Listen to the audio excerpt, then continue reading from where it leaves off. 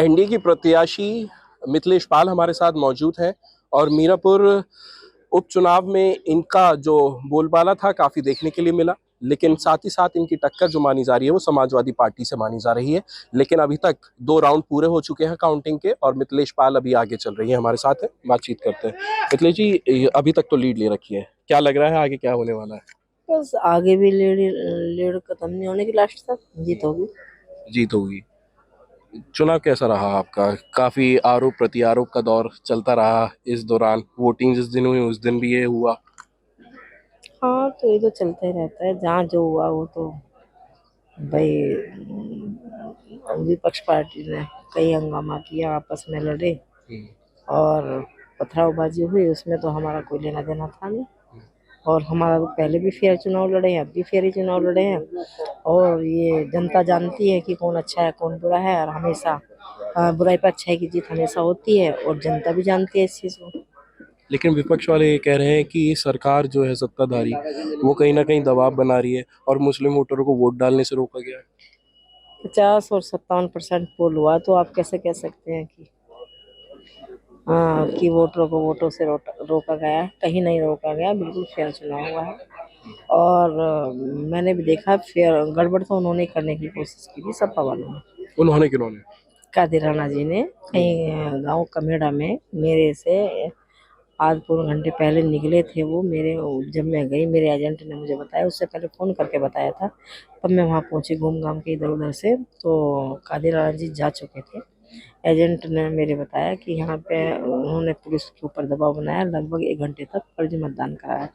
और जिस टाइम मैं पहुंची उस टाइम भी फर्जी मतदान चल रहा था। मेरे एजेंटों ने, मैंने कहा चेक करिए, तो फिर एजेंटों ने चेक किया। उनको चेक करने का राइट है। देखा तो नाम किसी का, पति का नाम कोई और, महिला का नाम कुछ और। इसकी आपने शिकायत करी? शिकायत करी, पुलिस से करी, उनसे कहा, लेकिन उस टाइम कौन सुनता। तो उस टाइम तो सुनवाई नहीं हुई, लेकिन उनको बाहर भेज दिया गया, भगा दिया गया था। जो फर्जी वोटर उस टाइम पे भगा दिया गया था, फिर शुरू हो गया था। शाम को फिर फोन आया, तो आदमी ऐसा कब तक कर सकता है, और किया है उन्होंने जितना उनसे हुआ है।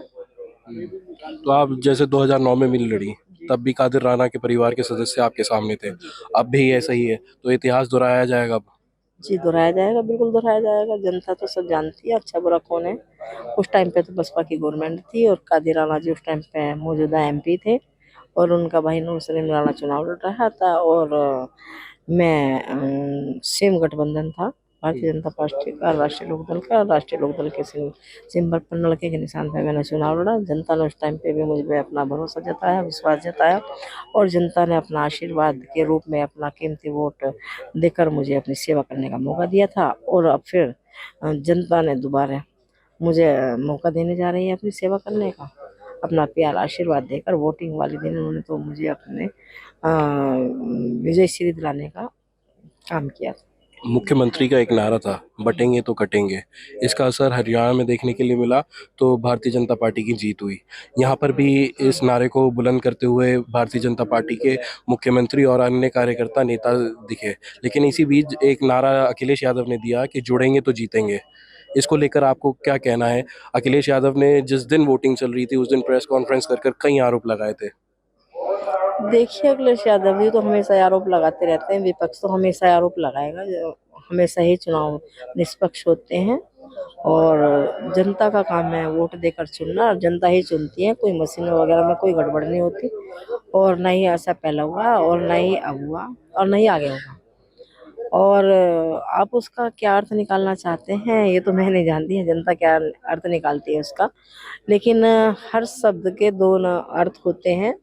बटेंगे कटे का मतलब उनका ये नहीं था कि भाई लड़ाई झगड़ा करो, इकट्ठे रहो, इकट्ठा रहोगे और तो जीत होगी। उनका भी मकसद यही था।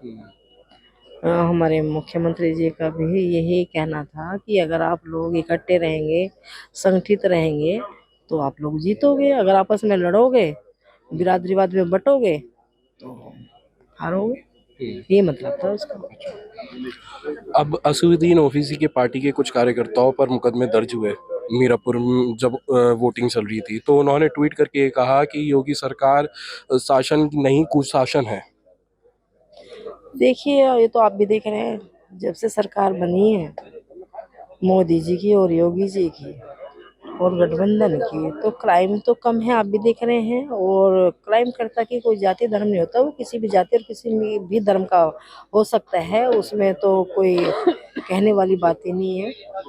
और वैसे सब, चाहे हिंदू हो मुस्लिम हो, सबको भैया राशन मिल रहा है तो सबको मिल रहा है, आयुष्मान कार्ड का लाभ हो रहा है तो सबको हो रहा है, और किसी एक को तो नहीं हो रहा। और अगर विकास कार्य हो रहे हैं, हाईवे बन रहे हैं, या 24 घंटे लाइट आ रही है, तो उसका फायदा तो सबको है, सब किसान है, और सबको लाइट की, पानी की सबको जरूरत है, तो सबके लिए उपलब्ध है। तो सरकार तो सबकी है, अच्छी सरकार चल रही है। आखिरी सवाल ये पूछूंगा मैं कि आप अगर जीत जाती हैं तो मीरापुर की जनता को क्या नया देखने के लिए मिल रहा है? देखिए, मैंने पहले भी 2009 में भी जनता के जो काम अधूरे थे, जैसे जब से देश आज़ाद हुआ था, लाइट की समस्या थी कई मजरों में और कई गांव में, तो मैंने लाइट और वो वहाँ मंगवाने का काम किया जनता को लाइट की। आप जानते हैं, बिना लाइट के, बिना पानी के तो आदमी की जिंदगी बिल्कुल व्यर्थ। और अभी मेरी यही है कि मीरापुर विधानसभा बैकवर्ड इलाका है। जैसे आप चले जाइए आपका मजलिसपुर तो फिर से सीतापुर तक, उसमें कई मजरे आते हैं। ऐसे रामराज की तरफ कई मजरे आते हैं, कई गांव आते हैं।